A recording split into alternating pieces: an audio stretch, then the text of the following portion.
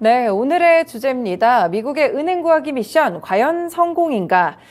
그러니까 오늘의 주제는 실리콘밸리 은행 사태가 되겠습니다. 정말 지난달에 우리 증시에게 공포를 가져다 줬던 그런 사건이기도 했는데요. 은행 하면 저희가 정말 많이 믿는 곳이잖아요. 은행에다가 꼭 돈을 넣거나 이렇게 했을 때 정말 안심이 된다 이런 생각을 하시는 분들이 많으실 것 같은데 시스템에 대한 불안감이 이것 때문에 좀 커졌던 것 같고요. 그래서 이제 미국에서 빠르게 이슈 대응을 해주긴 했는데 꽤나 오랫동안 이 이슈가 시장에 좀 자리 잡았던 것 같거든요. 이 실리콘밸리 은행 사태에 대해서 먼저 좀 설명해 주세요. 네, 사실 저희가 3월 하면 보통은 봄, 새학년, 새학기 이렇게 설레는 단어들을 떠올리실 것 같은데요. 우리 지난 3월에는 굉장히 주식시장이 또 다사다난했던 것 같습니다. 오늘은 4월의 첫 거래일이니만큼 4월에는 또 좋은 소식들 많이 전달해 드리도록 그런 이슈들이 많았으면 좋겠고요. 일단은 혹시라도 이제 SVB 사태를 모르시는 분들을 위해서 제가 이제 좀 간략하게 정리를 해봤습니다. 미국의 실리콘밸리 은행이라고 있어요. 너무나도 많이 이슈가 됐기 때문에 실리콘밸리 은행은 다들 들어보셨을 것 같은데요. 이 은행의 주 고객들은 그 실리콘밸리 내부에 있는 스타트업이나 벤처 기업들이거든요. 이 기업들이 실리콘밸리 은행에서 예금도 하고 대출도 받고 이랬었겠죠. 근데 우리가 이제 또 금리 인상기에 들어서면서 기업들은 좀 유동성 위기에 빠지기 시작했고요. 이렇게 현금이 필요한 벤처 기업이나 스타트업들이 본인들이 예금을 했던 돈들을 이제 빼기 시작했습니다. 그러면서 이제 SVB 재정에 본격적으로 문제가 생기기 시작했는데요. 결국에는 이제 SVB가 투자를 했던 채권까지 팔아야 되는 지경까지 오게 됐습니다. 문제는 우리 2020년, 21년 굉장히 저금리였잖아요. 이 당시에 SVB 은행이 장기 채권에 투자를 했었거든요. 네. 근데 지금은 또 금리가 굉장히 올랐으니까 채권 가격이 떨어졌겠죠. 그래서 결국에는 SVB 은행이 이 채권의 손해를 감수하고서라도 팔아야 되는 지경까지 오게 됐습니다. 그리고 결국에는 대량의 채권들을 매도하면서 큰 손실이 생겼고요. 이 손실분을 좀 메꾸기 위해서 22억 5천만 달러의 그 증자를 발표를 했습니다. 네, 정말 큰 규모네요. 그렇죠. 네. 이렇게 증자를 발표하니까 시장에서는 실리콘밸리 은행 망하는 거 아니야 라는 우려가 확산이 되기 시작했고요. 그러면서 뱅크런이 일어나서 하루 만에 55조 원이 빠져나갔습니다. 근데 이렇게 또 하루 만에 55조 원이 빠져나갔다고 했잖아요. 네네. 굉장히 또 속도가 빠르다고 느껴질 것 같은데요. 그쵸, 네. 보통 뱅크런 하면 어떤 걸 떠올리시나요? 아무래도 이제 뱅크런 하면은 네. 저도 막 줄을 서서 빨리 내 돈을 찾으려고 기다릴 것 같거든요. 좀 그쵸. 그렇지 않았을까요? 보통은 우리가 이제 뱅크런 하면 은행에 줄 서가지고 막 내 돈 내놔 이런 것들을 생각을 하실 것 같은데요. 네. 이제는 또 이제 스마트폰이 워낙에 다들 보급이 되어 있고 안에 모바일 뱅킹도 이제 빠르게 많이 하시다 보니까요. 그 모바일 뱅킹으로 돈이 정말 빠르게 빠져나갔고요. 또 소셜미디어에서 이 소식들이 퍼지면서 이 소식이 전해져서 또 이제 빠르게 인터넷 뱅킹으로 돈을 찾는 사람들이 늘어나기 시작했습니다. 네. 그래서 월스트리트 저널에서 굉장히 또 재미있는 기사로 표현을 하기도 했는데요. 실리콘밸리가 만든 체계에 실리콘밸리가 당했다라고 이런 식으로 표현을 하기도 했습니다. 네. 결국에는 SVB가 파산을 했고요. 그리고 SV가 파산하고 그 이틀 만에 그 뉴욕의 시그니처 은행도 파산을 했고요. 미국에 이어서 또 유럽에서도 비슷한 사례가 일어나기 시작했어요. 네. 크레디트 스위스가 파산 위기에 처하기도 했습니다. 그리고 또 최근에는 독일에서도 비슷한 있었죠. 이야기가 네. 나오고 있잖아요. 도이체방크까지 유동성 위기설이 발생을 하기 시작했습니다. 네, 이렇게 미국뿐만이 아니라 전 세계에서 은행과 관련해서 굉장히 뒤숭숭한 일들이 여기저기 생기다 보니까 시장은 당연히 불안한 감정을 들 수밖에 없을 것 같고요. 은행에 대한 신뢰도까지 떨어지기 시작했습니다. 그러면서 이게 또 본질적으로 금리가 너무 많이 올라서 이렇게 된 것이 아니냐라는 의견까지 생기기 시작했고요. 그러면서 또 이제는 그럼 금리의 방향성이 좀 달라지지 않을까라는 시장의 의견까지 생기기 시작했고요. 일단 여기까지가 SVB와 관련한 파산에 대한 간략한 내용이었습니다. 네, 확실히 실리콘밸리 은행 사태 이후에 주식시장도 정말 많이 흔들렸었고요. 실제로 이제 JP모건 같은 그런 굉장히 큰 은행들의 주가도 막 급락을 하고 네. 한순간에 시총이 많이 증발하고 이런 일들이 있었던 것 같아요. 그래도 이 사태가 약간 단기적으로 끝날 수 있지 않을까? 이런 기대감이 있었던 게 아무래도 미국 당국이 좀 빨리 이렇게 조치를 취했던 것 같은데 어떤 조치들을 좀 취했나요? 사실 미국은 이미 은행에 대한 트라우마가 한 번이 있잖아요. 네, 있죠. 네. 그렇죠. 다들 아시는 것처럼 2008년 리먼 브라더스 사태가 한 번 겪었기 때문에 미국에서는 이미 은행 건전성에 대해서 굉장히 많은 주의를 기울여 왔는데요. 그럼에도 불구하고 이번 SVB 사태가 미국에서는 굉장히 또 큰 충격으로 다가왔을 것 같습니다. 네. 그래도 이제 미국에서는 좀 선제적으로 대응을 했는데요. 일단 첫 번째로 미국에서 대응했던 것이 바로 예금자 보호 조치였습니다. 일단 미국 정부에서는 SVB 고객에게 예금자 보호 한도라는 게 이제 다 나라마다 있잖아요. 네. 근데 이제 실리콘밸리 은행 같은 경우에는 주 고객들이 기업 고객이다 보니까 그 예금자 보호 한도를 훨씬 넘어서는 돈들을 많이 예치를 했겠죠. 네, 그래서 그렇겠죠. 보통 이제 90% 이상의 기업들이 돈을 못 돌려받는다라는 이야기가 많았었는데요. 이제 미국 정부에서는 SVB 고객분들에게 예금자 보호 한도와는 상관없이 이제 전액 보증하고 유동성을 공급해 주겠다라고 했고요. 또 이제 은행이 보유하고 있던 국채나 기관채를 담보로 자금이 필요한 기업들에게 대출을 해주겠다 이런 식으로 유동성을 공급하겠다라고 발언을 했습니다. 그러면서 은행 위기를 확산을 차단하기 위해서 좀 적극적으로 개입을 했던 거죠. 더불어서 연준에서는 이 은행권의 위기를 대응하기 위해서 영국부터 시작해서 뭐 유로존, 캐나다, 일본, 스위스 중앙은행에 달러 공급이 좀 확대화될 수 있도록 기존에는 우리 통화스와프 운용을 주 1회 했었거든요. 네. 이거를 매일매일 하겠다라고 하면서 시장의 불안감을 좀 해소하는 방향성을 제시를 했습니다. 그리고 미국뿐만이 아니라 제가 앞서도 이제 유럽에서도 크레디트 스위스가 비슷한 일을 겪었다고 말씀을 드렸잖아요. 네.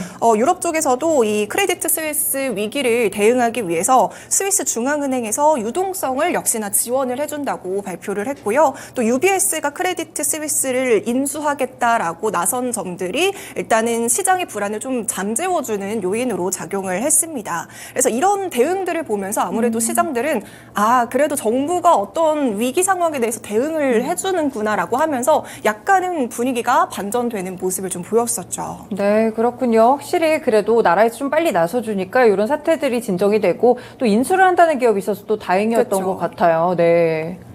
자, 그리고 이번에는 조 바이든 대통령도 좀 나섰던 점이 있어요.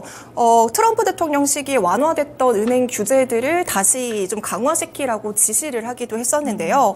먼저 이 얘기를 하기 전에 제가 도드 프랭크 법이라는 개념에 대해서 먼저 잠깐 짚고 넘어가려고 하거든요. 이 도드 프랭크 법이란 2008년에 아까 전에 미국에서 글로벌 금융 위기를 겪었다고 했잖아요. 그 이후에 2010년에 도입된 금융 규제라고 할 수가 있습니다. 네. 당시에 오바마 이제 대통령이 자산 500억 달러 이상인 은행은 매년 스트레스 테스트라고 해가지고 재정 상태를 주기적으로 점검하는 규제를 좀 실행을 하도록 했고요. 또 볼커룰이라고 해가지고 자기 자본으로 리스크가 높은 투자를 할 수 없도록 하는 규제도 생겼습니다. 근데 이제 2018년에 트럼프 행정부가 들어서고 나서 이 트럼프 행정부에서는 기존의 이런 규제들을 좀 완화를 했었는데요. 네. 앞서 말했던 이 지금 화면 보이시죠? 이 스트레스 테스트를 받는 은행들은 자산 2,500억 달러 이상 은행으로 대상을 좀 축소를 했고요. 이제 볼커룰 같은 경우에도 소형 은행은 면제를 시키면서 규제를 완화하는 모습들을 보였습니다. 근데 조 바이든 대통령이 이번에 이렇게 규제들이 느슨해졌기 때문에 은행에 약간 건전성에 문제가 생긴 거 아니냐라고 네. 의견을 얘기하면서 느슨해진 규제를 다시 강화시키라고 지시를 했고요. 이 스트레스 테스트의 은행과 이런 내용들도 자산 1,000억 달러 이상이면 스트레스 테스트를 매년 받도록 다시 법을 바꿨고요. 더불어서 자산 1,000억 달러 은행은 자기 자본 비율을 인상하고 이 위기 해결에 대한 계획서까지 제출을 하라고 얘기를 하면서 네. 금융당국에서는 조금 더 강력하게 은행들을 감시하겠다라고 예고를 하고 있습니다. 네, 그렇군요. 확실히 좀 트럼프 대통령 때 약간 이제 규제를 풀어줬었잖아요. 네. 많은 규제들을 풀어줬었는데 이번 사태로 인해서 조 바이든 대통령이 한 차례 좀 쪼여가는 것 같네요. 네, 맞습니다. 네. 자, 그리고 이렇게 정부에서 대응을 한 측면과 더불어서 이제 SVB 은행이 파산을 했잖아요. 이 네. 문제에 대해서는 어떻게 해결하느냐, 이것도 굉장히 중요한 요소가 될 것 같은데요. 일단 미국의 중소형 은행 중에서 퍼스트 시티즌스라는 은행이 있어요. 네. 이 은행에서 SVB의 모든 예금이랑 대출을 인수하겠다라고 하는데 합의를 했습니다. 이제 사실 그동안에는 SVB가 뭐 매각이 되느냐 마느냐 계속 무산이 그쵸. 많이 되었었잖아요. 근데 이번에 퍼스트 시티즌스가 나서서 SVB를 인수를 하겠다라고 이제 내용이 합의가 된 거죠. 이 합의 내용에 대해서 조금 더 설명을 드리자면요. 우리나라 돈으로 93조 7천억 원 규모의 SVB 자산을 21조 5천억 원으로 무려 77%나 할인된 금액에 이 SVB를 인수하겠다라고 네. 합의를 했고요. 그래서 이 계기를 통해서 SVB의 17개 지점은 이제 퍼스트 시티즌스 지점으로 이름을 바꿔서 영업을 하게 됐습니다. 물론 이제 사들인 금액 자체가 뭐 4분의 1 가격으로 샀다고는 하지만 어마어마한 그런 금액인 것 같은데 그럼 도대체 이 퍼스트 시티즌스 은행은 어떤 은행이길래 이렇게 인수가 가능했을까요? 그렇죠. 저도 이제 처음에 퍼스트 시티즌스가 누구길래 이렇게 인수를 했는지 좀 찾아보니까요. 퍼스트 시티즌스 같은 경우에는 미국 내에서 550개의 지점이 있는 은행인데요. 작년 말을 기준으로 자산 규모가 이제 1,090억 달러로 집계가 되면서 미국 상업은행 규모로 이제 30위 자산 규모를 가지고 있던 은행이에요. 근데 이번에 SVB를 인수하면서 자산 규모가 15위까지 올라서게 됐습니다. 더불어서 퍼스트 시티즌스는 이미 과거에도 20개 이상의 파산 기업들을 인수했던 그런 이력이 있던 은행이에요. 그래서 네. 사실 SVB가 파산을 하고 이미 시장에서는 이 퍼스트 시티즌스가 SVB를 좀 인수했으면 좋겠다라는 그 시장의 기대감이 깔려 있었거든요. 네. 그래서 어떤 내용도 정해지지 않았지만 이런 기대감만으로도 이제 퍼스트 시티즌스의 주가가 뭐 10% 오르기도 했었고요. 이번에 이제 합의가 되면서 주가가 막 크게 지금 화면 보이시죠? 크게 오르기도 했습니다. 그래서 결과적으로 이제 퍼스트 시티즌스가 SVB를 인수하면서 시장에서는 이제는 정부에서 유동성도 공급을 했겠다. SVB 파산 사태도 어느 정도 마무리됐겠다 하면서 위기가 일단락됐다고 느끼고 있고요. 그래서 지난주 뉴욕 증시도 이제 상승으로 마감을 한 것 같습니다. 네, 확실히 퍼스트 시티즌스가 좀 이렇게 인수이사를 하면서 이 은행이 보니까 파산한 그런 은행들이나 좀 좋지 않은 은행들 위주로 좀 이렇게 해서 몸집을 불려가는 것 같거든요. 네. 그래서 이렇게 또 실리콘밸리 은행의 사태가 어느 정도는 좀 마무리가 되는 것 같습니다. 정부 측도 진짜 대응을 적극적으로 잘 해준 것 같은데 그럼 이제 어느 정도 인수도 됐고 간판도 바꿔단다고 하니까 이 이슈는 끝났다고 봐도 되는 건가요? 그렇죠. 일단 네. 주식시장 자체에서는 뭔가 분위기가 반전된 것 같다라는 느낌도 들고는 있지만 네, 또 이제 맞아요. 뉴스들을 보면은 대형은행에서도 자금이 빠져나가면서 뭐 MMF 같은 단기 상품으로 좀 자금이 쏠리고 있고 이런 현상들도 발생하고 있기는 합니다.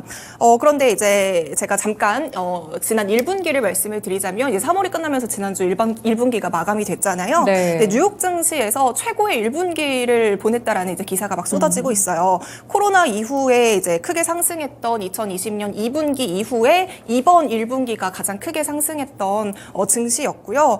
그러면서 이제 더불어서 연준의 금리 인상에 대한 종결에 대한 기대감까지 함께 반영이 되고 있습니다. 이런 식으로 뭔가 증시의 분위기 자체는 문제가 해결된 것 같은 것처럼 보이기도 하지만 그쵸, 네. 이게 이번 사태를 계기로 뭔가 수면 위로 하나둘씩 드러나는 문제가 있을 거다라는 의견도 함께 나오고 있거든요. 그 문제로 떠오르고 있는 게 아마 많은 분들이 아실 수도 있을 것 같은데요. 바로 미국의 상업용 부동산에 대한 문제입니다. 상업용 부동산이요? 그러니까 주거용이 아니고 상업용 부동산이라는 소리인데 여기에 어떤 문제가 있나요? 일단 상업용 부동산에 대해서 제가 말씀을 드리자면 지금 미국에서 상업용 부동산에 대한 이런 우려가 왜 나오고 있냐? 미국에서는 중소형 은행들이 사무실이나 식당, 뭐 쇼핑시설 이런 상업용 부동산에 대한 대출을 중소형 은행들이 굉장히 많이 해줬었거든요. 네. 자, 지금 화면 보이시죠? 이쪽이네요.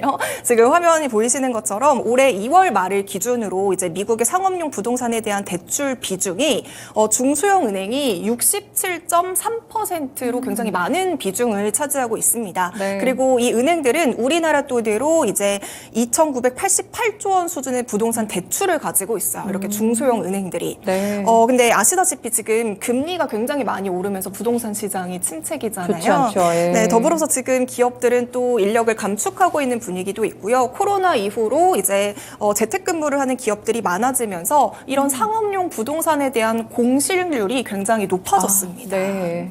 이와 관련해서 이제는 또 일론 머스크도 트위터에다가 네. 한마디를 더 했는데요. 있는데요. 이거를 잠깐 소개를 해드리자면 일론 머스크가 뭐라고 경고를 했느냐. 앞으로 5년 동안 약 3,247조 5천억 원 이상의 상업용 부동산 부채가 만기가 되는데 현재 금리는 2배 이상 저금리 시기보다 오른 상태고 또 상업용 부동산 점유율 같은 경우에는 현재 60에서 70%의 점유율을 가지고 있기 때문에 네. 다음 위기는 상업용 부동산이 될 수 있다라고 지적을 하기도 했습니다. 일론 머스크가 참 여러 가지로 트윗을 많이 하는 것 같은데 실제로 그러면 이 상업용 부동산이 어느 정도의 지금 지표들이 좀 나오고 있는지가 좀 궁금하거든요. 그렇죠. 일단 JP모건에서는 미국 상업용 주택담보대출의 약 21%가 채무 불이행이 될 것이다라고 예상을 하고 있고요. 실제 지표를 좀 보면 지난 2월 미국의 상업용 부동산 거래액은 전년 대비 무려 51.2%나 감소를 했고요. 또 미국의 상업용 부동산 저당 증권이라고 해서 CMBS라는 게 있어요. 이 CMBS의 연체율도 함께 올라가고 있습니다. 네. 그래서 여기서 CMBS가 또 이제 모르시는 그쵸. 분들이 있을 네, 수 많을 것 있어서 같아요. 네. 제가 좀 간단하게 설명을 해드리도록 하겠습니다. 이 CMBS가 뭐냐면 상업용 부동산을 담보로 이제 은행에서 돈을 사람들이 빌리게 되잖아요. 그쵸. 그러면 우리 입장에서는 이거를 뭐 10년, 20년, 30년 나눠서 이자랑 원금이랑 갚으면 되는데 네. 은행 입장에서는 아무리 이자를 받기는 하지만 굉장히 나눠서 찔끔찔끔 받아야 되잖아요. 맞아요. 그러면 그만큼의 돈이 은행 입장에서는 약간 묶이게 되는 거잖아요. 부담이죠. 네. 그래서 이거를 은행에서는 상업용 부동산을 담보로 빌려준 대출에 대해서 또다시 채권을 발행을 하면서 유동성을 만들어냈습니다. 이거를 이제 CMBS라고 하는 거예요. 아, 그렇군요. 그러면은 뭐 앞으로도 이렇게 좀 이 부분에 대해서 이제 이렇게 CMBS가 조금 이런 부분들 연체율이 상승하고 있는 점이 리스크가 되고 있다는 거죠. 그렇죠. 네. 근데 이 와중에 또 미국 정부에서는 SVB 사태 때문에 뭐 은행의 대출 위험 관리를 뭐 강화하고 있잖아요. 앞서 네, 말했듯이 맞아요. 조 바이든 대통령이 규제를 강화하는 것처럼 여러 가지 은행에 대한 대출을 강화시키고 있는데요. 그럼 이제 CMBS의 연체율은 지금보다 더 높아질 수 있다라는 의미로 해석이 될 수가 있고요. 결국에는 이게 중소형 은행의 대출 자산 부실으로까지 이어질 수 있다라는 점이 현재 상업용 부동산에 대한 우려라고 할 수가 있겠습니다. 네. 자, 이미 지금 조짐도 사실 하나둘씩 보이고 있거든요. 벌써요? 네. 이제 세계 최대 자산운용사 핌코라는 게 있어요. 그 핌코 산하에 이제 콜롬비아 프로퍼티 트러스트라는 게 있는데 거기에 이제 거기서 7개의 건물에 대한 사무실 대출 디폴트를 선언을 했습니다. 아, 네. 근데 이 7개 건물에 포함되어 있던 건물 중 일부는 또 고급 빌딩도 있었거든요. 아, 그런데도 불구하고 지금 이렇게 된 거예요? 네, 그 고급 빌딩 안에는 뭐 금융회사도 있고 법률사무소도 있고 이런 식으로 고급화를 좀 전략으로 했던 빌딩이었는데 그마저도 공실률이 굉장히 높아지다 보니까 이 7개 부동산에 대해서 이제 디폴트를 선언을 했습니다. 이렇게 은행들은 좀 유동성을 확보하는 것이 굉장히 지금 중요한 상황이 되고 있는 입장이잖아요. 네, 그렇죠. 네, 이렇게 상업용 부동산 대출에 대한 자금이 어려워지면 이게 결국에는 위기로 확산이 될 수 있다라고 보는 입장이고요. 사실 이런 문제들이 본질적으로 금리가 높아져서 이렇게 된 것인지 아니면은 은행들이 이제 꾸준하게 본인 은행들에 대한 뭐 부실 관리 능력을 제대로 점검하지 못해서 벌어진 일들인지 어떤 측면에서 봐야 될지는 사실 잘 모르겠지만 이 금융시장이 사실 다 이렇게 연결이 되어 있잖아요. 그쵸. 연결이 되어 네. 있어서 하나가 삐끗하면 정말 전체적으로 다 무너질 수 있는 거고 특히나 우리가 이제 금융시장에서는 또 신뢰도가 굉장히 중요한 부분인데 이 신뢰를 잃는 순간 이제 사람들이 그럼 우리는 어디가 안전자산이라고 여겨야 되지? 그래서 최근에 또 이제 다시 금과 비트코인으로 이런 식으로 사람들의 자산이 눈이 돌아가기도 했었잖아요. 네. 그래서 이런 문제들을 다시 한번 좀 인식하는 계기가 되었다고 볼 수 있겠습니다. 네, 이렇게 상업용 부동산 위기까지 실리콘밸리 은행 사태에서 번진 이슈들을 모두 한 번에 정리를 해봤습니다. 그러니까 뭐 연희님도 끝에 말씀을 주셨지만 이게 저금리에서 고금리 시대로 넘어오게 되면서 발생하게 된 필연적인 문제이지 혹은 그동안 은행들이 제대로 관리를 안 하다가 이렇게 약간 금이 갔을 때 리스크가 크게 번지게 된 것인지는 알 수 없지만 물론 이런 부분들이 시스템 리스크까지 번지지 않았다는 점은 일단은 좀 다행인 것 같습니다. 하지만 이렇게 일이 좀 순식간에 일어났듯이 우리는 늘 리스크에 촉각을 곤두세울 필요가 있는 것 같아요. 그래서 이제 언급해 주신 대로 최근에 상업용 부동산발로 또 유동성 위기가 나오지는 않는지 날카롭게 시각을 다지셔야겠습니다. 네, 이렇게 쉬운 이슈 읽어주기 시간 진행해 봤습니다.